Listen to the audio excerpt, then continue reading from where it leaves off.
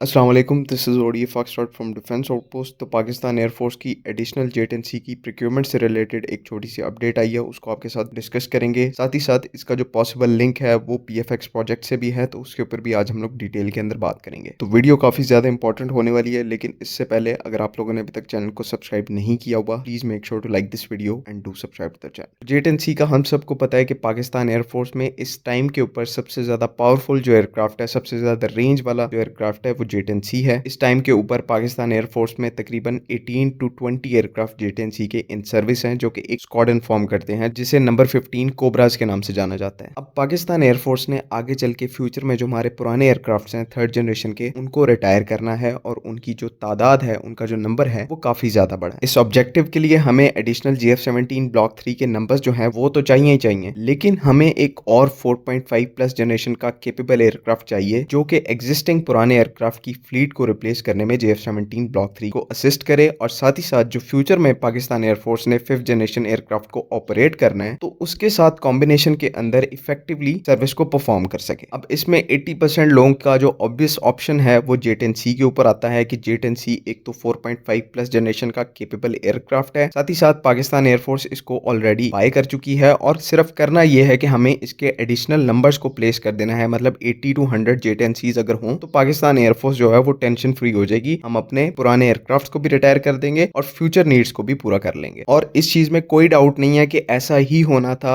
अगर यहाँ पर पाकिस्तान एयरफोर्स पीएफएक्स प्रोजेक्ट को इंट्रोड्यूस ना करवाती। पीएफएक्स प्रोजेक्ट जो है वो पाकिस्तान की फ्यूचर इंडिजिनस एयरक्राफ्ट की प्राइम रिक्वायरमेंट है। उस रिक्वायरमेंट को एड्रेस करने के लिए वो प्रोजेक्ट जो है इनिशिएट किया गया है, जिसमें पाकिस्तान एयरफोर्स एक 4.5 प्लस प्लस जनरेशन का एयरक्राफ्ट बनाएगी, जो कि कुछ हद तक 5th जनरेशन या फिर नेक्स्ट जनरेशन कैपेबिलिटी को भी पोजेस करेगा। साथ ही साथ उसी प्रोजेक्ट के तहत एक full fledge 5th generation aircraft को इंडिजिनसली मैन्युफैक्चर किया जाएगा। एक 4.5 प्लस प्लस जनरेशन का एयरक्राफ्ट इंडिजिनस हो और साथ ही साथ एक 5th जनरेशन इंडिजिनस हो, या फिर उसको को डेवलप करके पाकिस्तान एयरफोर्स के अंदर इंडक्ट कर लिया जाए। अब पीएफएक्स के 5th जनरेशन एयरक्राफ्ट को साइड पे रखते हैं और जो 4.5 प्लस प्लस जनरेशन का एयरक्राफ्ट है उसके बारे में यहाँ पर बात करते हैं, क्योंकि इस पर्टिकुलर एयरक्राफ्ट से रिलेटेड पहले ही पब्लिक के अंदर बहुत कंफ्यूजन थी कि हमारे पास जेट एंड सी जैसे एयरक्राफ्ट हैं, JF-17 ब्लॉक 3 जैसे 4.5 जनरेशन के एयरक्राफ्ट हैं, तो हमें पीएफएक्स के अंदर फिर एक दूसरे 4.5 प्लस प्लस जनरेशन एयरक्राफ्ट की यहाँ पर क्या जरूरत है। अब कुछ ऐसी बातें हैं यहाँ पर जिनको समझना बहुत ही ज्यादा जरूरी है। पाकिस्तान एयरफोर्स को पिछले 15 से 20 सालों के अंदर ऐसे एक्सपीरियंस हुए हैं जिसकी वजह से वो ये सोचने पर मजबूर हो गए हैं कि सेल्फ इंडिजनाइजेशन या सेल्फ रिलायंस ही